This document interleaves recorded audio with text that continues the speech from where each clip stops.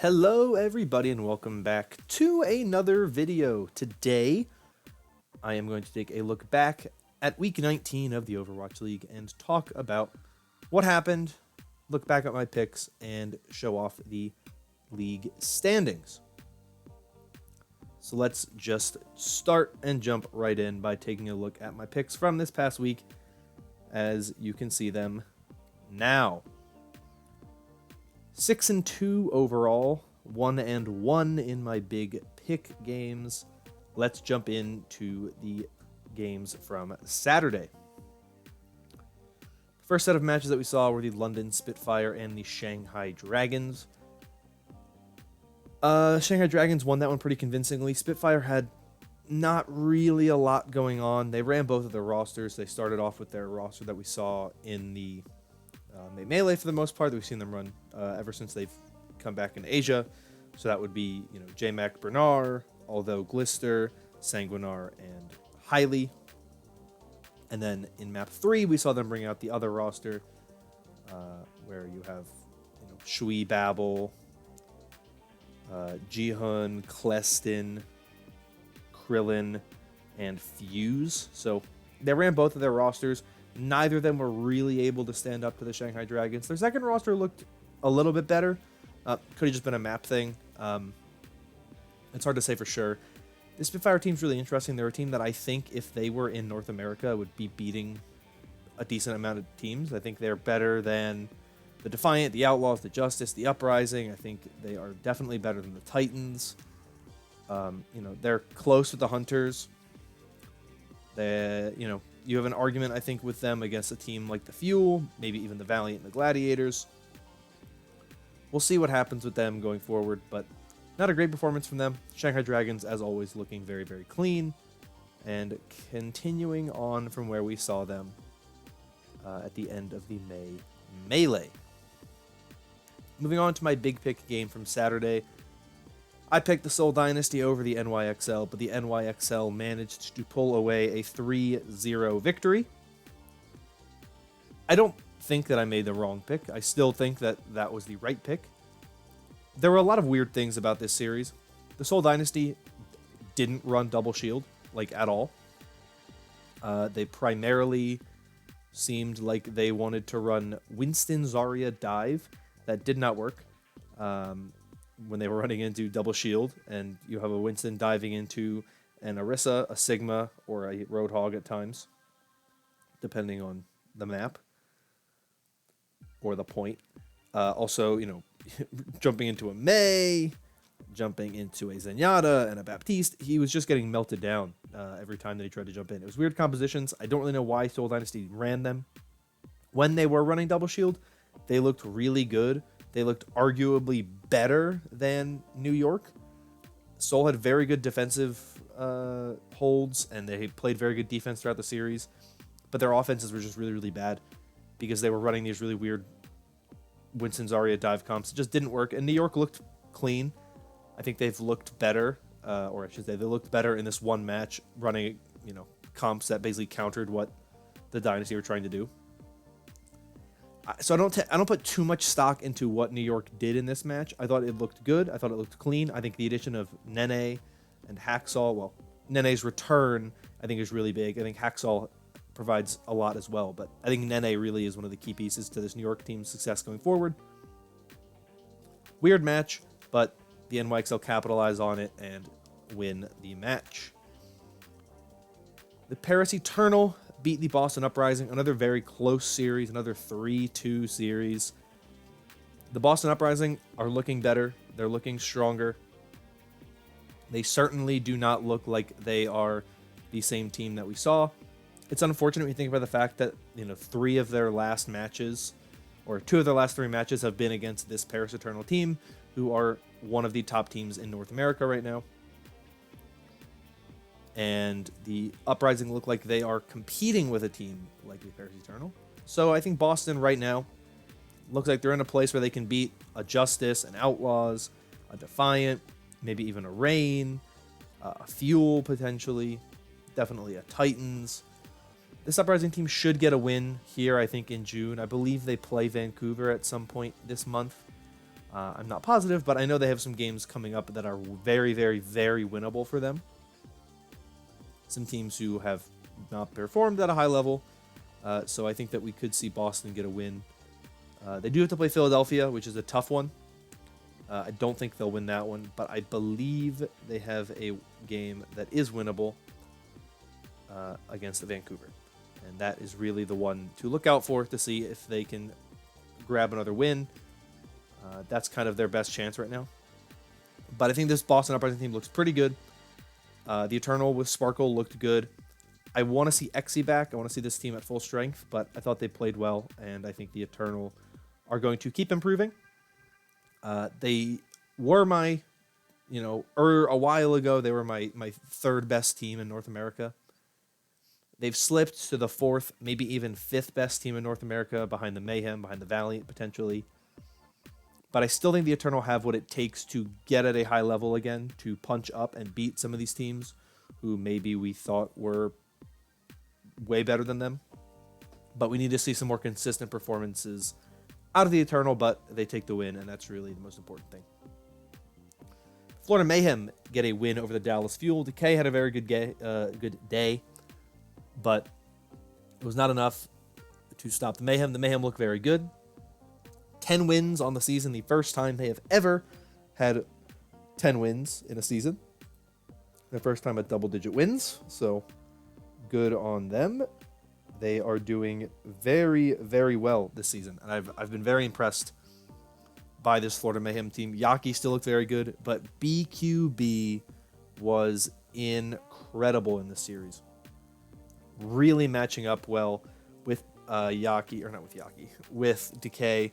And I thought that BQB really kind of showed why he has a starting spot on this team and why he's been playing even when they had Saya player on the bench. Because BQB has looked very good so far this season, and I think that he is one of the keys to this team's success. I still have, one problem with this team, which is in the support line with Chris, but I think for the most part they're solid and they're a strong team, and I think that they will very, very, very easily continue their climb in North America. I don't believe they have a really tough opponent coming up, so that's good for them. The Dallas Fuel, they are looking like a team still where I'd expect them to be, middle of the pack in North America. So they have chances to get some wins against potentially some better teams, but I wouldn't put it super, super high on them. Dallas Fuel have a game against Vancouver coming up, which is good for them. It's a good way to get a win, try to get some W's on the board and help your team improve and get to a point where you are not struggling as much. Mayhem do play the Valiant next week, which is a huge match, one that I think could really change either of these teams and their future. And the Mayhem will play the Outlaws the week after, and the Fuel will play the Defiant. So there's some matches that are definitely winnable for both those teams. It'll be a really interesting series of events to see.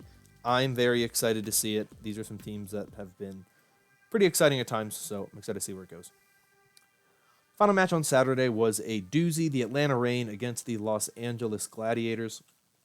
I personally picked the Reign. I thought the Reign looked better going into this week, but I thought the Gladiators looked good. Birdring had a very good performance. Birdring is a player who is certainly in the conversation for one of the most redemption story players this season. Great series from him. The Atlanta Reign, I don't really know what it is for them. Baby Bay, basically in the interviews that they played before it, were basically saying that they don't really have the motivation. It seems they're not really playing super well together. They seem like a team who doesn't really care about their regular season. They only really care about the playoffs. To them, these games don't really matter. Now, maybe with the way the tournament structure is going, maybe that will change. But they haven't really seemed like a team that has really put a ton of emphasis on actually succeeding in the regular season. So I would like to see some more out of them. But the Gladiators, I thought they looked good. Birdring looked good. Mirror and Jaru. Mirror played most of the series. Jaru played, I believe, one map. He didn't look awful. He didn't really look great. Mirror looked pretty good at times. I don't think that he was as bad as I think. I don't think this was anywhere near his worst series. I thought Birdring played really well, and I thought LH Cloudy coming in on the Reinhardt was a really, really, really interesting and somewhat bizarre and good thing to see. I thought he played pretty well, and I thought that the team played well around him.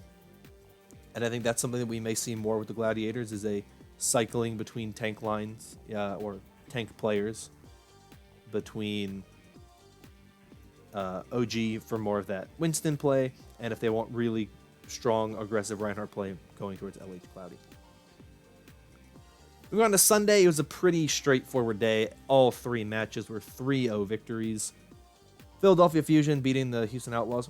Outlaws looked pretty good, all things considered. I thought that they had some good maps, some good defenses, some good offenses, but ultimately it just came that they fell short every single time, or every map. It's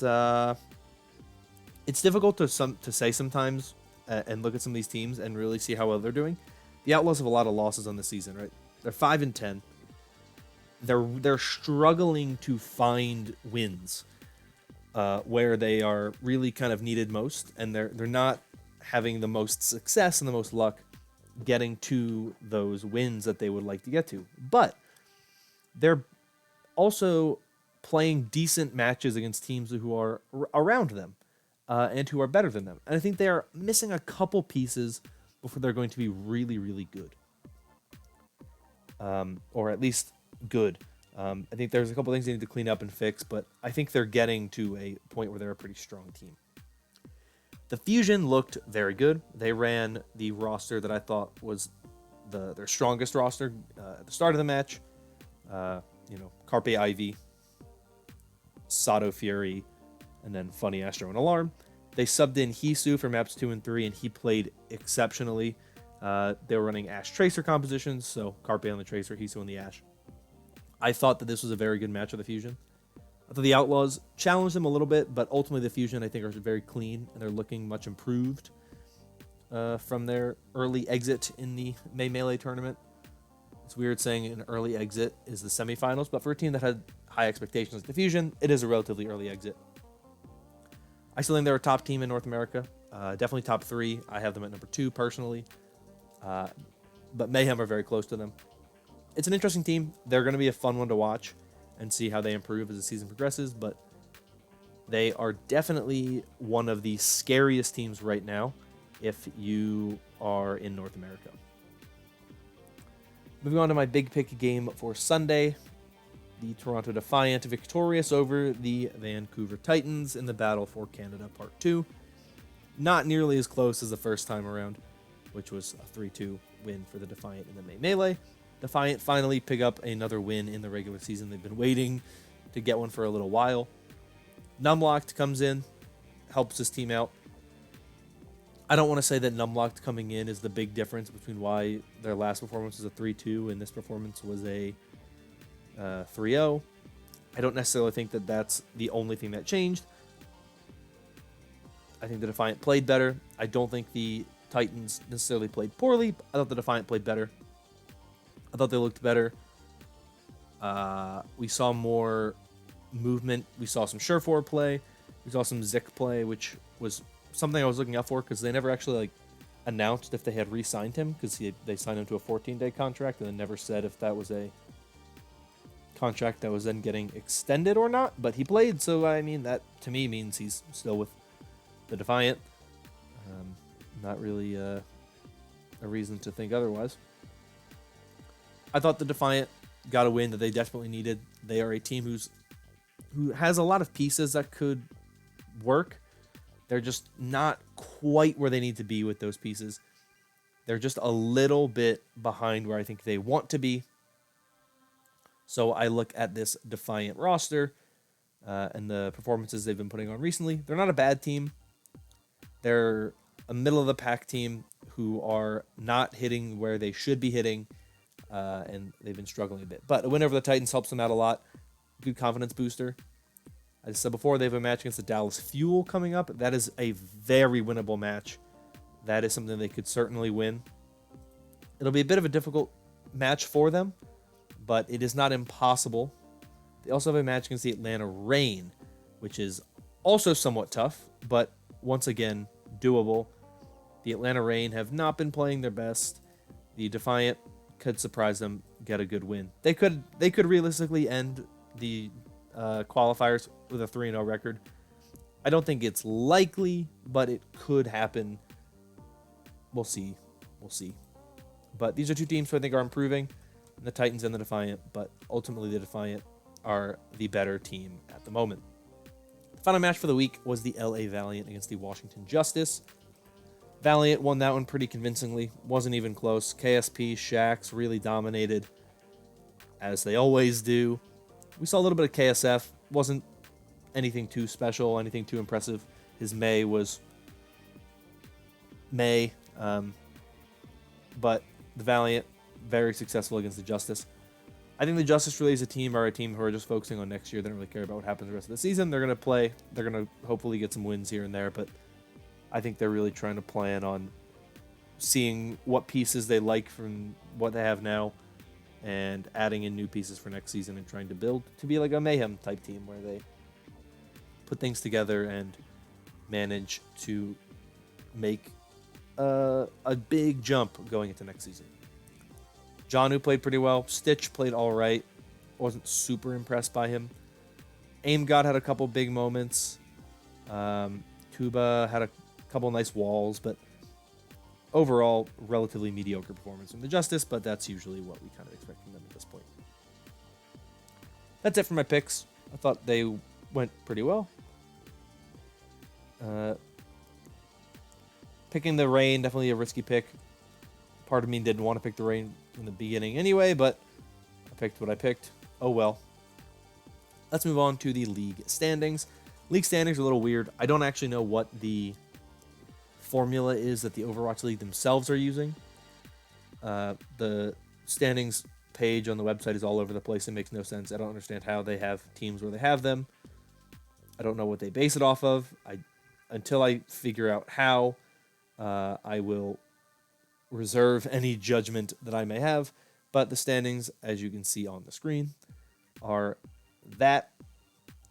I base it. I'll let you know how I've based it because I don't know how the Overwatch League has based it, and I will update it and edit it if I know how it's done. But I've just based it off of wins divided by wins plus losses, not necessarily matches played because a number of teams have additional wins from their tournaments.